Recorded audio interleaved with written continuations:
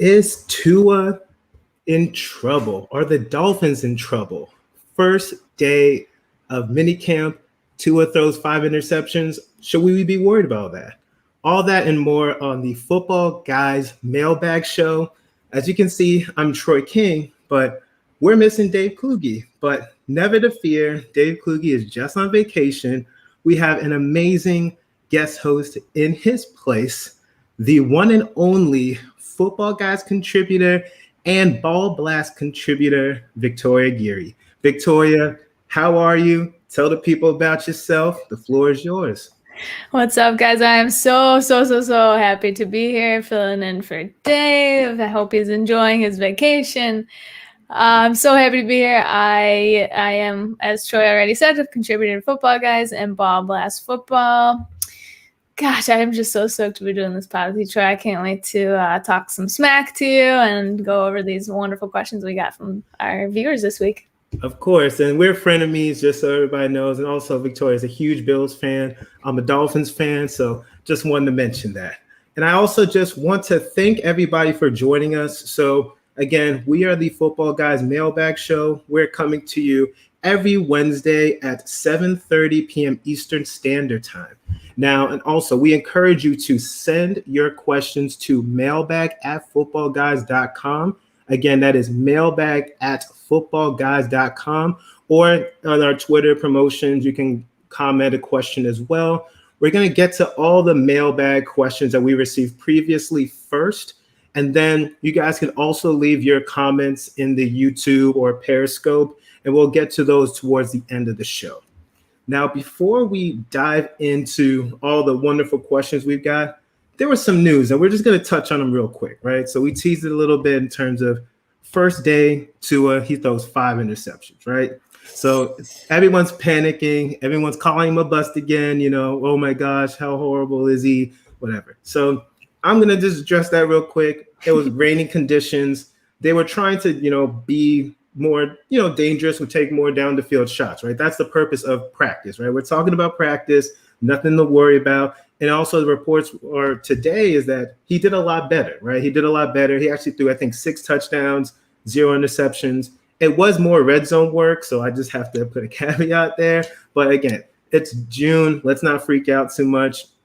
Victoria, what did you think about the whole Tua and all those, reports about him? We're talking about practice, but everyone already has a bias toward Tua, right? So any bad news that's going to come out, if someone already isn't in on Tua, they're going to elevate that news. This is just practice. I honestly didn't even blink at this news. I'm not down on Tua. I think that, of course, all the recency bias from last year and his struggles are going to pull people in one direction, but he didn't get a fair shot. And I've already talked about this on a couple other podcasts. I'm in on him. He just didn't have the right weapons. He had a young offensive line. His confidence was shaken from being replaced by Fitzpatrick a couple of times. So I believe in him. I'm not even blinking at this news. Oh, no, I completely agree with everything you said. Some other news that came out, I'm going to quickly go over some of the other news. So there was mentions about Mac Jones. We're struggling a little bit with interceptions. Again, not a big deal. Zach Wilson, apparently yesterday, he was, had a few interceptions. And then today, people are talking about, oh my gosh, he's one of the best quarterbacks ever. There's a lot of Zach Wilson hype, So again, the moods could change by the day. You have no idea what to expect. As well as earlier this week, Jonnu, he had a hamstring injury during practice. That's something that we need to keep an eye on. No real big update on that yet. As well as Mixon's workload was a topic of the weekend, where is he going to be a workhorse back? Like, what is he going to be? And I think the coach was saying how he might not be that. But again, it's coach speak. Too early to take anything, take everything with a grain of salt again in June. Don't forget about Mixon's role just yet. Crowder, they restructured his contract. He's re-signing with the Jets. That hurts a lot of the Elijah Moore truthers. I'm not the Denzel Mims truthers. I don't know if the Corey Davis truthers out there still, but obviously, there we go. And people, I was expecting Crowder to get cut. I know a lot of the people were, but I think that is big news for the Jets. I think he helps Zach Wilson as well. So we'll see how that plays out. But I think for Dynasty, I'm not really excited about him, but redraft, I think it's a big deal. Andy Dalton is going to be starting, according to Matt Nagy, at the disappointment of many of us. We wanted Justin Fields to start, day one. Maybe he starts week 2. We'll see, but that was definitely worthy. And lastly, we're going to go over Amari Cooper. There was some news about he's dealing with a nagging ankle injury. So we just want to keep an eye on that. Nothing big, but we definitely want to make sure we follow up on that. I don't know if it's anything serious. We know he's dealt with injuries in the past, but again, this is still the offseason. He has time to heal up. Now, before we get into the questions, we actually, I'll highlight one question and then I'm going to elaborate, right? So John asked about, he has a complicated dynasty league where it's IDP, auction, rookie draft, and he's looking for a platform that he can essentially migrate to. And I'm going to tell you a little bit about that, right? So there's a lot of different fantasy platforms out there, right? And there's so many, you have no idea what to choose from, right? Sometimes it's information overload, but not all of those platforms are customizable, right? Not all of them give you the creative freedom you need in order to make the league the way you want it to. Well, there is a platform that makes it easy for you and gives you that creative freedom, and that's Fantrax. Fantrax is one of the most customizable, if not the most customizable leagues in the industry. Whether you're into redraft, whether you're into dynasty, best ball, you can design the league the way you want to design it, right? And if you have leagues on other platforms, you have the ability to upload those leagues into Fantrax and customize it the way you want to. It's definitely frustrating. There have been times where I've been, with certain platforms and I haven't been able to update like tiered scoring or Superflex. So it definitely gets frustrating. So you don't want to be put in the box. So that's why Fantrax allows you to pretty much do what you want in terms of creating the league that you've always dreamed of. And also, if you upgrade to premium, you get the first year free. And not to mention the 101, probably in maybe Superflex or 1QB leagues, Christian McCaffrey. Fantrax is giving away a free signed Christian McCaffrey jersey. Ooh. All you have to do is go to fantrax.com/footballguys for a chance to win it. Again, that's fantrax.com/footballguys to win yourself a free Christian McCaffrey jersey. Now, we're going to dive into the questions, right? And just to remind everybody, I'm a Dolphins fan. Victoria is a Bills fan. So a lot of these questions happen to be surrounded by that. But we're going to start off with my friend. Oh, boy. We're going to start off with my friend, Mike Daddy's Home. Okay. So, Victoria, Mike's question is, what do you think will ultimately lead to Fuller's disappointing season? Jeez, a little biased just to start the question, a little biased. Tua's inconsistency and lack of downfield throwing or injury concerns without the use of PEDs. So basically, he is pessimistic about Tua and he's pessimistic about Fuller. What are your thoughts about this? This is kind of mean, Daddy. I'm in on Will Fuller. I'm not taking him. I'm not reaching for him because the only season we saw him play, obviously a full season without being suspended, was last year, and he proved he could be a wide receiver 1. That being said, he was with Deshaun Watson, so I'm not going to compare Tua and Deshaun Watson right now. Obviously, we know where the better talent is, but I'm not reaching for Fuller. But I do like him if you're going in that wide receiver 2, wide receiver 3 range. Of course, the lack of downfield throwing for Tua, I do see him improving on that this year. There were just too many aspects last year that were difficult for him, and I don't see that he doesn't improve this year. He's got weapons now, offensive line, defense. I see him doing well. I hate saying this about Fuller, though. He was such a value last year, and now that he's on the Dolphins, everyone's very excited, so I'm not sure I'm going to be taking him in a bunch of redraft leagues just because of the price and ADP. But what do you think? I know you'll have a little bit of a biased answer, but look on these shows when it comes to fantasy advice for the football, I'm going to be honest. Last year, he struggled. Tua struggled, but it wasn't all his fault, right? There was definitely some inconsistency. There was definitely some rookie struggles. He had to deal with a lot of injuries in the wide receiver position. He had to deal with a rookie offensive line. So there's reasons why, and also just, again, him being a rookie, there's a lot of inconsistencies last year. This year, I believe that Will Fuller has a good chance to be the wide receiver 1 on the team. Now, is he going to be the same Will Fuller he was with Deshaun Watson? Probably not. But they added Will Fuller, one, because he's a talented wide receiver, but they want to take shots down the field. They want to open up the offense. That's the reason why they brought him in. So, and in terms of his ADOT's probably going to be down the field most likely because, they have guys like Jalen Waddle, who's probably going to be shorter ADOT, but he's going to be a yak monster. Wouldn't be surprised if Devontae Parker was used more as a possession receiver and then, Fuller more down the field. But I think that he definitely has a lot of upside. I always joke around about best ball. Will is definitely the type of receiver you want in best ball. And hopefully, we're wishing that he is, doesn't have to deal with those injury concerns. But I see him having a very solid year. And I think they want to use him heavily in that offense. So I'm very, very excited about him. So I don't want to dwell on too much about Tua and Fuller because we have other Tua questions coming up, but I'm pretty confident in him. All right, next question is Christopher. So Christopher says, would I be crazy to draft Mr. Consistent Keenan Allen in the second round of my PPR fantasy league? Victoria, what do you think? You're not crazy at all. Keenan Allen is underrated and disrespected every single year. He falls in drafts. Every single year. And you get this narrative about him being injured or him being inconsistent or the targets going up and down. He was a monster with Herbert at the helm. And right now I'm looking at Fantasy Football Calculator. For PPR League's 12 team, his ADP is the 3.01, the 27th pick off the board. So technically, you don't have to draft him in the second round. I still think that Keenan Allen's a my guy this year. He's going to do very well with Herbert, that upgraded offensive line. Corey Linsley, the brand new center, best center in football last year. And I'd take Keenan over guys like Terry McLaurin, Mike Evans. Even this hurts a little to say, but probably over Allen Robinson as well. They're neck and neck for me there. But absolutely invest in Keenan this year. Anyone who calls you crazy, I don't think understands fantasy football and hasn't looked at, Keenan's historical stats and look at his current situation, right?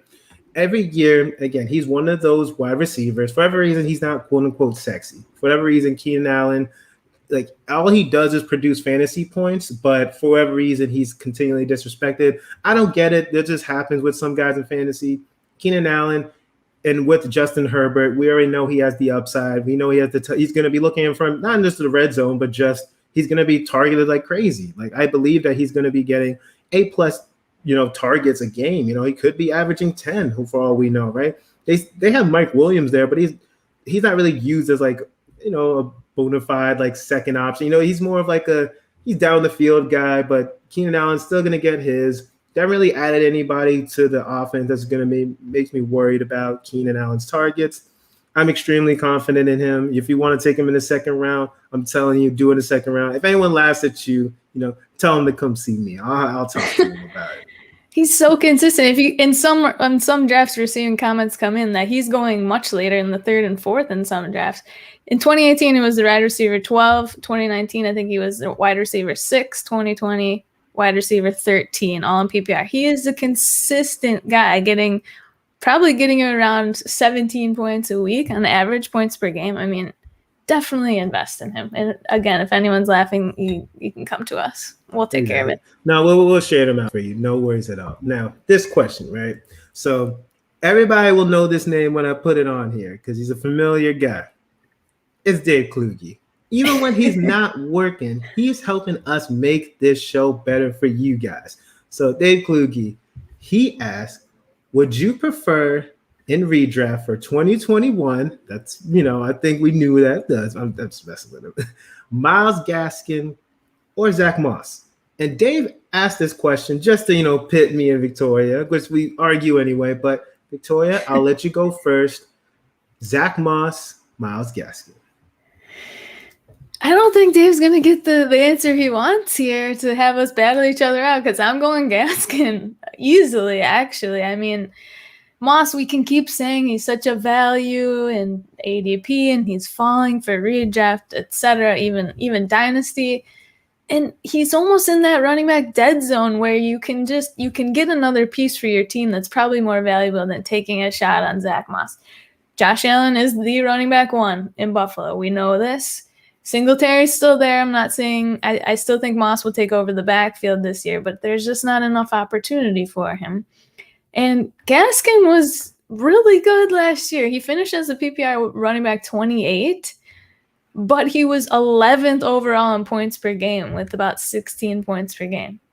They didn't invest. Y'all didn't invest. You didn't pick. Well, you had someone. You got Dokes in the last round of the draft, right? I don't see him eating into that workload for Gaskin. I like Gaskin, and I like him at PPR even more, honestly, because he's a good pass catcher.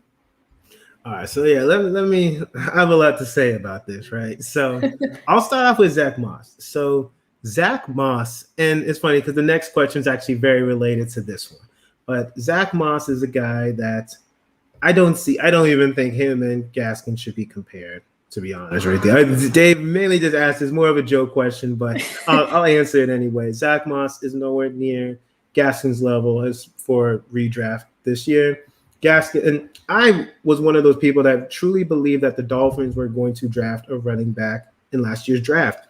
It was first I thought the Dolphins were going to get Naji Harris in the first round, but obviously that didn't happen. But then we had a good chance of getting Javonte Williams in the second round. But then it, and I don't know if the rumors are true or not, but obviously Denver drafted Javonte Williams with the pick before the Dolphins. If he fell to that spot, there's a very good chance that the Dolphins could have gotten Javonte. And we already knew about the rumors of during the offseason. Myles Gaskin is probably the biggest winner of the entire offseason, right? Because there was the Aaron Jones rumors. We already know that he re-signed with Green Bay. There was rumors about bringing a guy like Chris Carson in or any other veteran running back, and they didn't do that. They brought in Malcolm Brown, who I believe really complements Myles Gaskin because he's a bigger body running back, and Gaskins is under sub 200. They used him as a workhorse role, but and clearly he got injured last year. So I don't know if I think he's still going to be the RB1. I think he's still going to get the majority of the carries, but I don't believe that it's going to get as many as last year, right? They want him to, survive the season, and now it's 17 games. So you want to be working in your RB2s. And Malcolm Brown profiles as, a good short yardage back.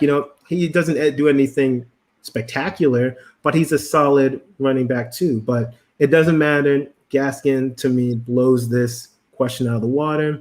And this perfectly goes into our next question. Brett asked us, will any of these two emerge as the RB1 in Buffalo? Or, obviously, Devin Singletary, Zach Moss, are any of them going to be a true RB1 in the offense? Or is it still Josh Allen? Victoria, the floor is yours. What do you think? Yeah, I've already said Josh Allen is the running back one in Buffalo. I don't see either of these. We know who Singletary is at this point. We've seen him for 2 years now. He actually, his opportunities were going down as the year went on last year. Even when Moss was out, Singletary's carries were going down, which was surprising. I don't know if anyone keeps referencing Antonio Williams as the third in points per game or something. He played one game. He had 20-something points. So he's there on the check out Fantasy Pros points per game rankings. But I just think they're going to keep a committee here, especially bringing in Breida. I don't see any of these guys finishing as in the top 24 just because it's an air raid offense. I don't trust them. Yeah, so I don't trust them either, right? So last year, the running game, it was almost a liability, right? Anytime they tried to run the ball with those two, the offense kind of stalled, right? And then, Josh Allen did what Josh Allen does, and he put the team on his back. He either ran the ball or, made an amazing play with his arm. They almost didn't need a running game. However, I feel like that's not sustainable for a long period of time, right? Every single team, I don't care who you are, they want some type of balance, right? They don't want the defenses to always know that you're most likely going to be throwing the ball because your running game, for whatever reason, just isn't up to par.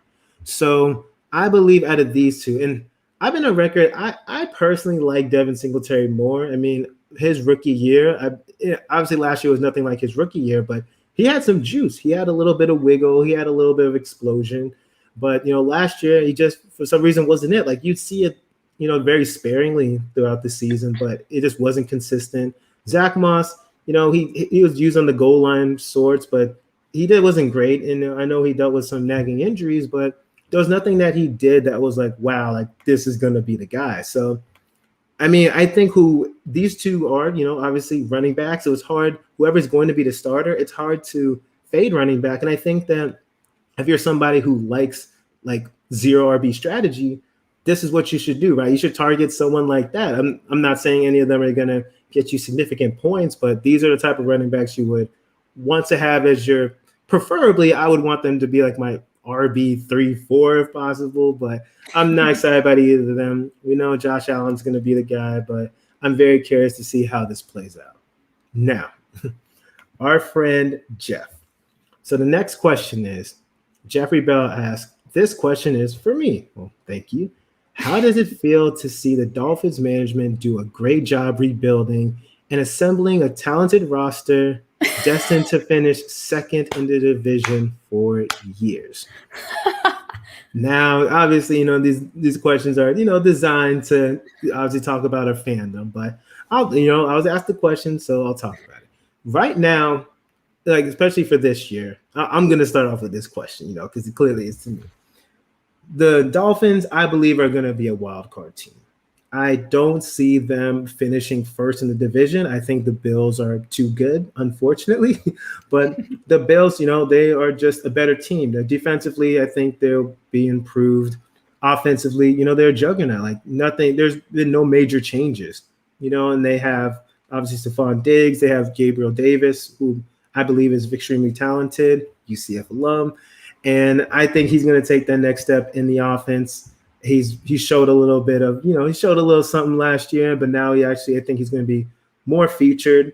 They brought in Emmanuel Sanders, who is, he's a solid guy. He's a solid veteran who's going to do what needs to be done. He's not a burner. I don't think he's going to scare defenses, but he's going to do enough to help the offense out. He's just another option. And you still have Cole Beasley on the team. Obviously, John Brown went to the Raiders. So they got it, and we already know what happened last year when the Dolphins needed to win in order to make it to the playoffs. The Dolphins were thoroughly embarrassed by the Bills, and I just think that this year, I think we're going to see a very improved Dolphins team offensively, but I don't believe that it's going to be enough for them to win, the division. I believe that possibly we'll see what next year, but I think we're going to be a wild card team. I said my piece, Victoria, a year ago. I love that. I love what Brian Flores is doing there. I love what they did in the draft. I love everything about it. I'm a little bit scared about that speed on the outside with Fuller and Waddle. They're going to be giving defenses headaches for sure, including the Buffalo Bills. I'm with Troy. I don't think they're going to be good enough to win the division this year, but it all so much of it rests on the shoulders of Tua.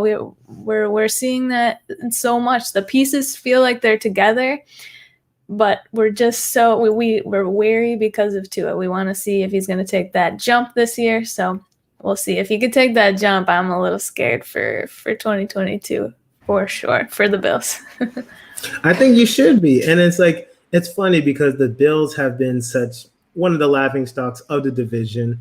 So, and obviously it's a testament to what the Bills are doing as well, right? I mean, people were worried about Josh Allen possibly being a bust, right? He could run, but he couldn't throw. And then last year he turned to a completely different quarterback. It was for fantasy purposes, I don't think he was really being considered as high, nowhere near as high as he is now, right? He's like the number, especially in super flex leagues, like number 2, number 3 quarterback. Everybody wants Josh Allen now. Like 2 years ago, nobody wanted anything to do with him. So it's crazy how, I don't know if it's coaching, I don't know if it's just him, but the fact that the Bills are like taking over the division, and it's funny, we're not even talking about the Patriots, right? Like the question is like, so I'm glad that, Jeff asked that because, well, I'll pivot before we go to the next question to the Pats, right? So what do you think about them? Do you think that they're going to bounce back this year? Do you think that they have a chance to be number 2 in division? What are your thoughts about the Patriots? I never count them out. Even last year when they looked like they were going to be for better or worse, garbage, right? Their offense was. I still never counted them out. There was a game when we played them, the Bills played them, and it came down to the last seconds where we had to punch the ball out for a fumble last minute and win the game. I mean, I never count them out, especially in division games, are just sometimes they're crazy. They can go either way. So I don't count them out. And I don't know if we're going to see Cam at the helm or Mac by, the first couple weeks. I'm seeing reports coming out that Cam is picking up the playbook much better and all this. I don't know if I'm buying into it, to be honest.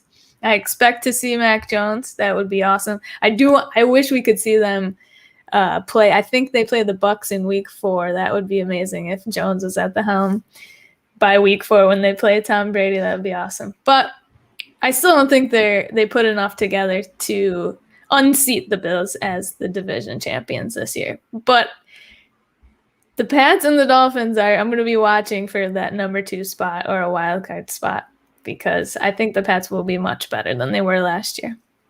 Yeah, I'll quickly touch on the Pats because since we're talking about the division, I'll touch on the Jets in a second. But the Pats, a lot of their defense, they opted out last year. So a lot of defense is going to be returning, and they're going to be a better defense overall. I think the offense, I think they're going to, I want to say struggle. They'll be better than they were last year, right? Whether it's Cam, I know that everyone's talking about how he didn't look good throwing the ball. Let's just put it point blank, right? He didn't look good throwing the ball, whether it's pre-COVID, whether it's post-COVID. He didn't look good throwing the ball. And if they're going to use the offense around him, it's just going to be a running offense mainly. And you have Hunter Henry, you have John New, so maybe the offense goes through them.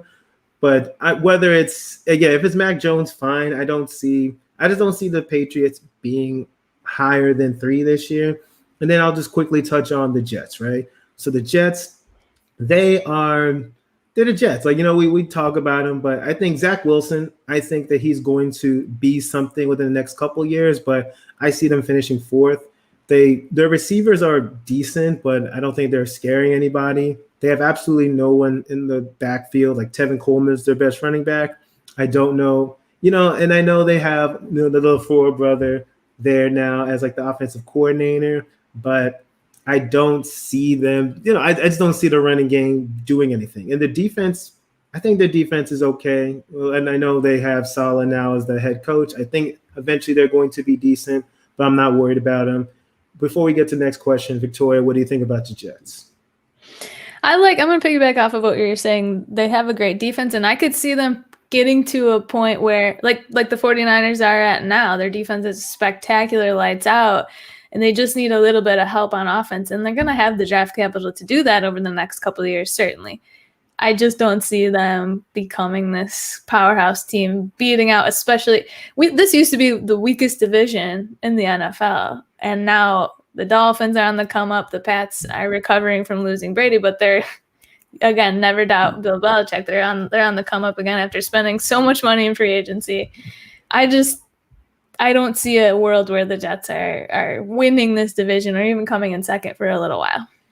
I completely agree. All right, next question. This is going to be a long-winded one. So it's a Deshaun Watson question, y'all. So we already know. Okay, let me read it. This is from James Noel. What is the value of Deshaun Watson in both redraft and in dynasty? Is he worth a 2021 and a 2022 first-round pick? If not, what is his trade value? Oof. This is a loaded question, y'all. This is loaded. So, Victoria, I'll let you at least. How about we tackle each one? First, okay. First, you'll talk about We'll start off with each of our opinions about redraft, and then we'll talk about dynasty. How about we break it up like that? So, okay, that's good. Redraft, he scares me a lot because I just don't see, even if you're in a bunch of home leagues, whether you're in leagues with analysts, I don't see anyone letting him fall to the last round just for that chance he plays, right? Somebody's going to say, I'll throw him on my roster in the middle to mid-late rounds. For that reason, in redraft, I'm out. I don't want to be taking a shot on someone that I have to use a lot of capital on that might not even see the field. Redraft, I'm out. So Do you want to answer the redraft first? Oh, I'll chime in on the redraft, and then we'll both tackle dynasty. Sounds good. So for redraft, I agree with what they're saying on the redraft perspective, but I think because I believe that there's, and again, I'm not going to get into details about what's going on with him. Everybody knows what's going on with him at this point, but I just don't see how he doesn't at least get suspended for a lot of games this year, right? So if you're in a super flex league, I feel like you almost have to take him at a certain point, right? Every guy's a value. And Deshaun Watson, I see him, if it's a super flex league, I see him falling. I've seen in so many different, I've been in so many different leagues in terms of like best ball, whatever the case may be. He could be falling to like the 4th, 5th. And I think at some point, you might as well just take him, even if you're stashing him on your bench, because unless he's, suspended for the entire season, he's going to be worth something, right? Even if he gets suspended, let's say 6-7 games, having him, towards the back half of the season, it's a game changer, right? So, and also if you're in a 1 QB league, Deshaun Watson, if you could get him, he'll probably fall farther than that in a 1 QB league.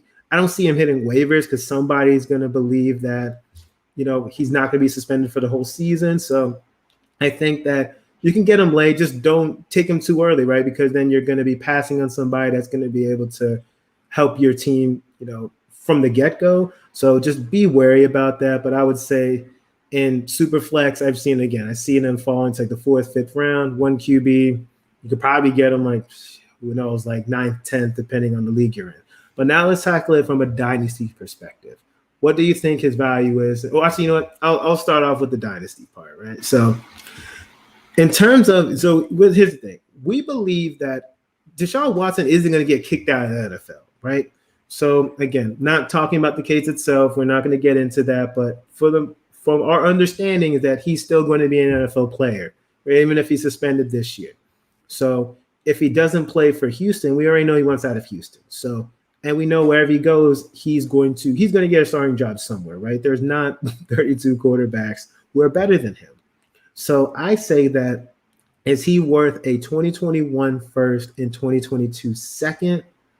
If you're looking at it long term, to be honest with you, he probably is worth that. The thing about it, though, I'm going to be honest, I'm not trying to trade for him right now.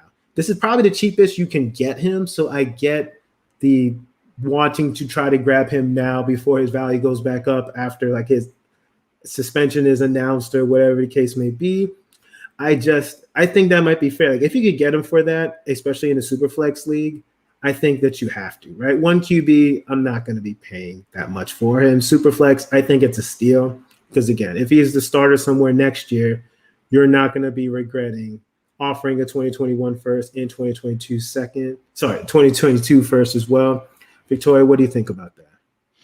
I think I agree with you. Dynasty value is a lot different because, again, I'm with you. Maybe he doesn't play this year, but it's probably next year. We've seen the NFL really not handle any of these types of situations in the correct manner. They give you a little slap on the hand, suspend you 4 games, and go on with your life, which really stinks. We won't get into that, but I don't know. I'm thinking he doesn't play this year, but if he does next year, obviously the value for dynasty is great. He's falling in drafts that I've seen.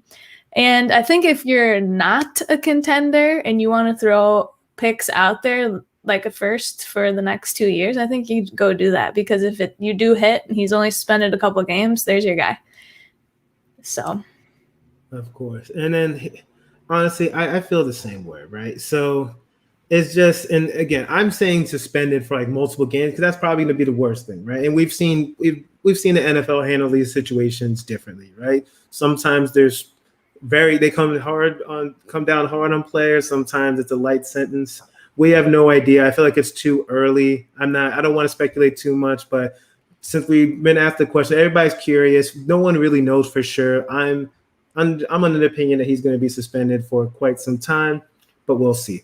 And again, guys, before we go to the next question, remind everybody who's in the chat, drop your questions because if you have any questions, now is the time to enter those into whether on YouTube, whether on Twitter. We'll get to those at the end of the show if you guys have any questions. If you don't, just sit back, enjoy the show, and we're going to just run through these other questions real quick.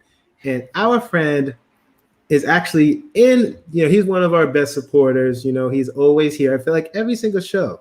So, Zare, you are next, right? So, I'm going to read off his question. Question for the Mailbag show.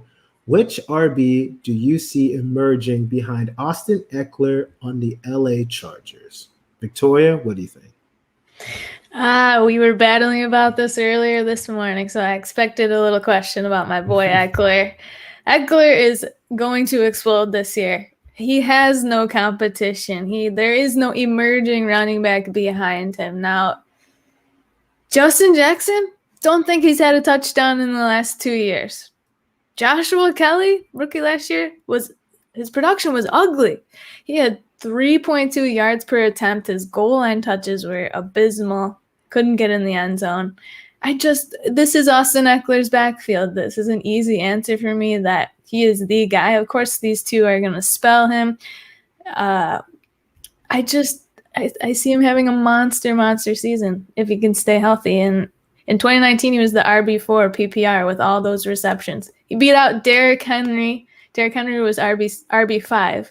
He beat him out with 7 less touchdowns and less than half the carries, which is just mind-blowing. So just those receptions for Ekeler are what's going to get him to a high fantasy finish. And I just don't see these other guys in the backfield taking his job or emerging. Sorry.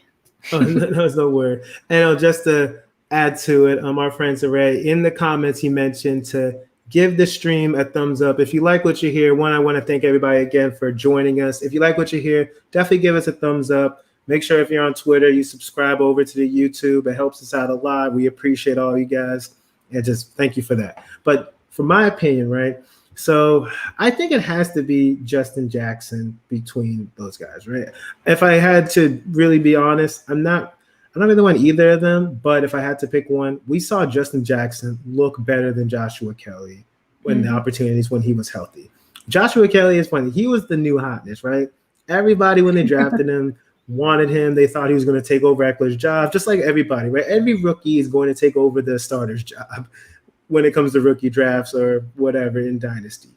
But we saw Joshua Kelly. He looked fine sometimes, but I don't see it happening. I think that Joshua Kelly is only going to be relevant if there's an injury. Justin Jackson, he showed that he's a capable pass catcher, right? So, yeah, the touchdowns might be lacking, but in PPR leagues, I think that, and if you're in Dynasty, I think he's a good guy to have. Redraft, I wouldn't be interested in him. Look, he might be a waiver wire guy. We saw Austin Ekeler get hurt.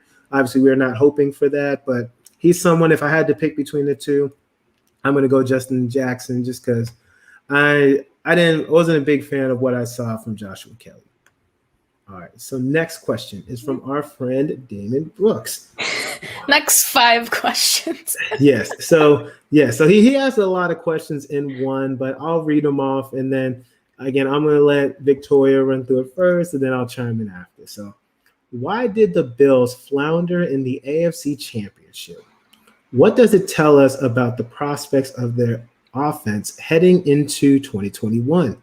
How close can they come to repeating their 2020 output? Victoria? Goodness. Yes, we floundered. The Bills floundered in the AFC Championship. Damon, or I hope I'm pronouncing that correctly, you are not my friend. I just want to make that clear. Just kidding. These were great questions. They floundered because we've touched on this earlier tonight. They had no run game. They had no balanced offense. So when you can stop the run game, the outside receivers are not going to be getting open. And Kansas City has a very underrated secondary. And they truly, truly dominated in that game. It was embarrassing. Couldn't get anything to work off the ground. I think it was good, though. I think it was good for the Bills because you saw them lose to the Cardinals with the Hail Mary, right? And that just crushed their spirits. But they came back after that very, very, very well. They learned from their mistakes. Josh Allen in the Houston playoff game, that was horrendous, but he learned from his mistakes and we got further. So I think it was a good learning experience for them, but need to be more balanced with the run game and the pass game. And honestly, our defense needed to step up. They were about I think, in the top 5 in the last couple of years with Sean McDermott. He's a defensive coach, but they dropped to the middle of the pack last year. I think definitely need to get we drafted a couple of edge guys in the draft. I think we need to get them up to speed and have a better defensive consistency there as well. What does it tell us about the prospects of their O-line, of their O heading into 21? I still think it'll be an air raid offense. They will be more balanced with the run game, but it's not going to be. They're not going to go back to their old ways and say, we're going to run the ball now. I mean, they have Stephon Diggs, Allen, Sanders, Gabe Davis. They're not going to just run the ball all the time. Just need to be balanced and definitely surprise defenses. And Brian Daboll will continue to do that. They will definitely come close to repeating their 2020 output. I see them going back to the division champs, as we'd already talked about. And I just don't know if they can overtake Kansas City. It's going to be interesting. They're going to be our new rival that the Pats were. They're our new mountain to climb. We have to get past that, so we'll see. I can't see the rest of the question, but I think I have it here.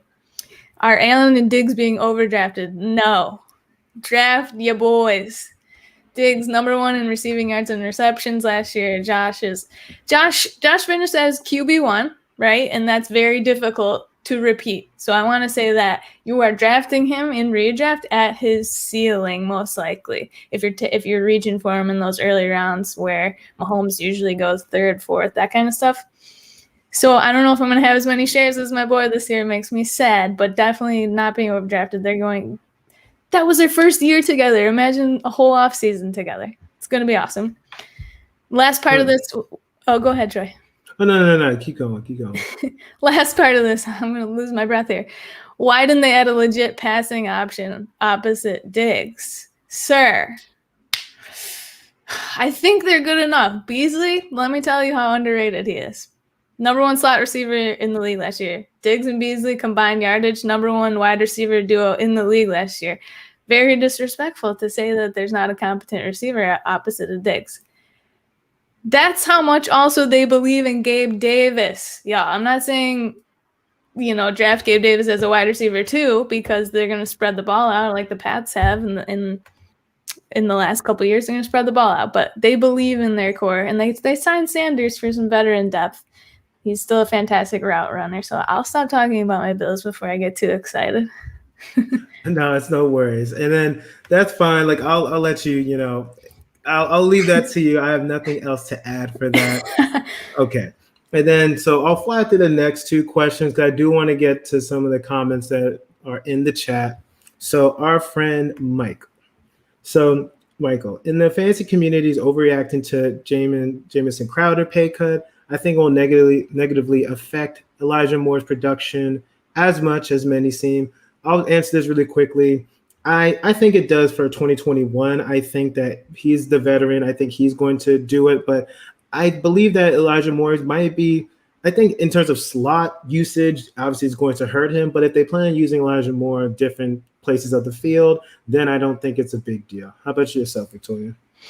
I think the same. I think for redraft, if you're taking Moore fairly high, which he is a Jets receiver, so you're probably not, LOL.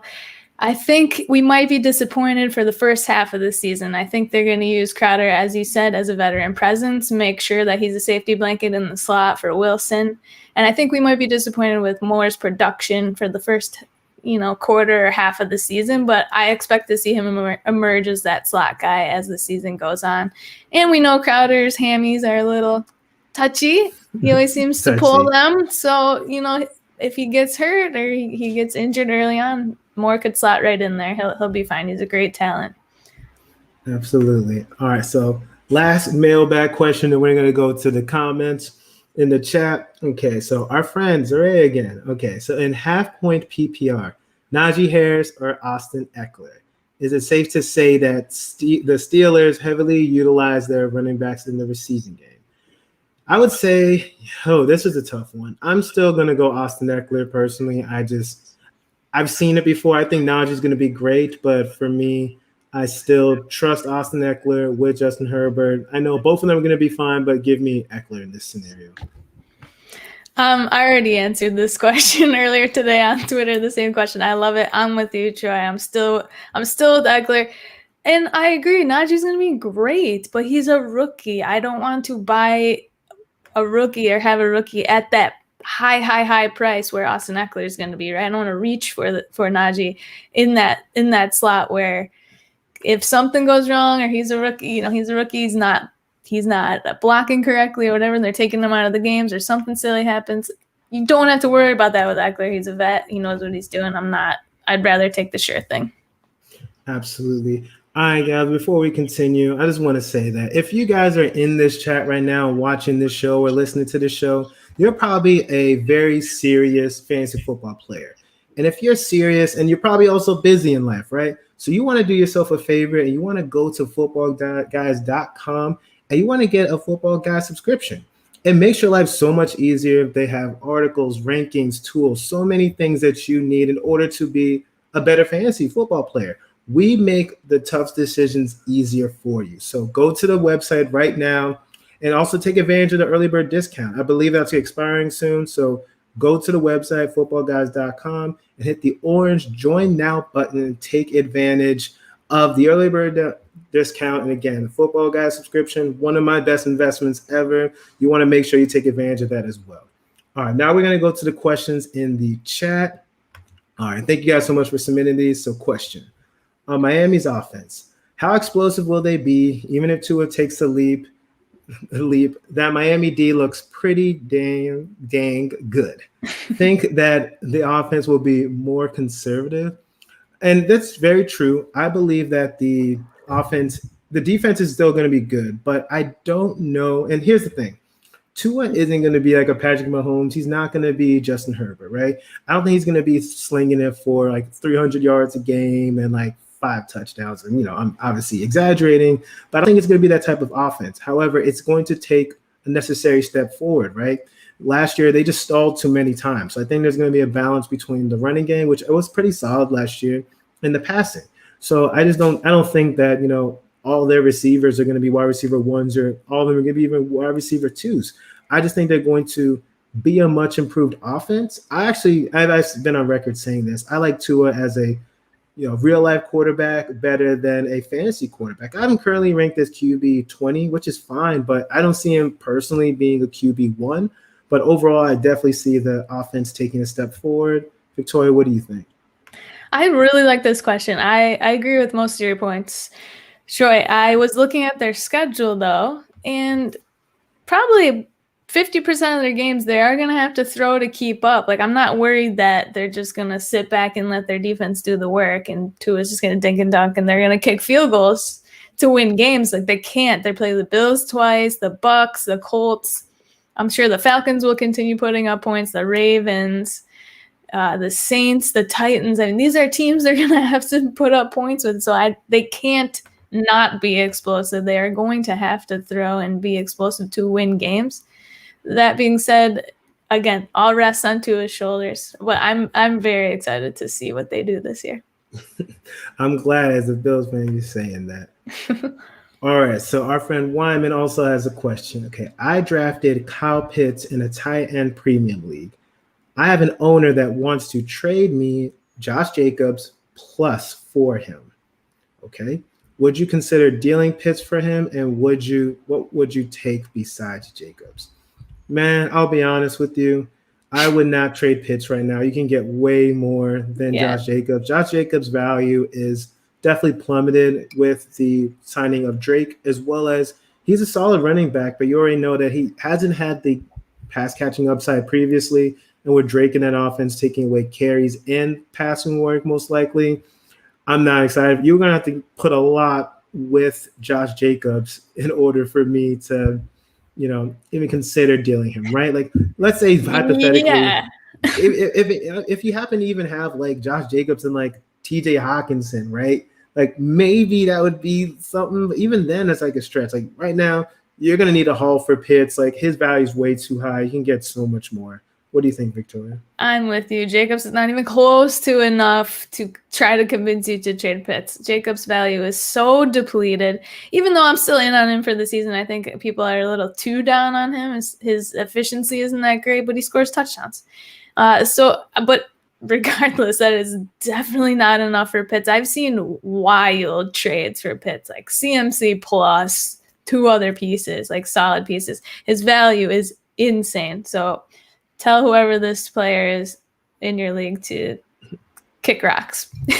All right, so we'll get to one more question for the night. Again, thank you so much, everybody. And then I'll get to what I was going to say in a little bit. But last question from our friend Adam: who would you rather have in redraft? Full PPR: Clyde Edwards-Helaire or Nick Chubb? Victoria, which one would you rather have? Well, I already know who you're picking, so this is interesting, and I don't know if this is like a keeper question or just a drafting question, because Chubb is going to go assumably much higher than Clyde Edwards-Helaire. Clyde, we already know, we all got burned by him last year, so now his ADP has just fallen. Even I've seen it fallen into the 20s for running backs, which is just wild, which is a huge value. Chubb, you're going to have to draft in the 1st or 2nd round. You don't necessarily. Clyde can fall to the 3rd or 4th, which is just insane. Imagine if Clyde was your RB2. I'd be very happy. I'm still taking Chubb here if we're talking about, your RB1. Let's say that's the scenario. I don't feel very comfortable saying CEH is my RB1 on my team. I don't. Kind of feels gross. RB2, that feels great. Nick Chubb, RB1. I'm confident. I'm ready to go. So I go Chubb there. All right, so let's be honest here, man. To me, it's not close. It's Nick Chubb. And I like CEH, right? This is not CEH hate. I just feel like Nick Chubb, he is one of the best running backs in the league. And the only reason why this is a question, right, and I bet I can answer this for Adam, is because Kareem Hunt. People are worried about Kareem Hunt taking those, passing work, right? And that's the only downside to Nick Chubb. He's pretty much the perfect running back. The only thing that he doesn't do a lot of is catch passes. But CEH, we saw last year, and again, he was a rookie. He's going to be a 2nd year in the offense, but we already know that the Chiefs, they're going to use him a lot, but we know they have so many different options on that offense. We know on the goal line, they don't always like to just be a normal offense or just run the ball, like, the smart play. They want to be all complicated, do all these tricks, and it works for them. So I guess if it ain't broke, don't fix it. But that's the kind of stuff that limits CEH, where I say Nick Chubb, they use him on the goal line. And also Nick Chubb has that breakaway ability where he could take it from anywhere on the field and he can house it to the end zone. CH, I don't think he has that speed. He could get chunk yards, but we haven't seen CH just break away consistently, right? So for me, I like CH. I think he's being undervalued, but definitely give me Chubb. For me personally, I value Chubb way too high for this to, for me, even be comparable. But guys, we're going to leave it at that. That'll be the last question. Thank you so much for joining us. Again, thank you so much for my guest host, Victoria, joining the show. And this is probably not going to be her only guest spot. You're going to see her again, y'all. So I know you all loved her. She did an amazing job here with us. So we're going to make sure that we do more pods together. And also, guys, Footballguys Mailbag Show. We're here every Wednesday at 7:30 p.m. Eastern Standard Time. Also, make sure you go to the YouTube page, Footballguys TV. You're going to get shows like this. You're going to get shows like Audible, 2 Point Stance, the Dynasty Newsletter, the Footballguys Dynasty Show. There's so many different options. So make sure you go to the YouTube, make sure you subscribe, and also make sure you go to footballguys.com. Hit the join now button. Just go to the website anyway. You want to take advantage of all the tools that we have. Thank you guys again so much for rocking with us. Y'all have yourselves a good night. Thanks, y'all. Out.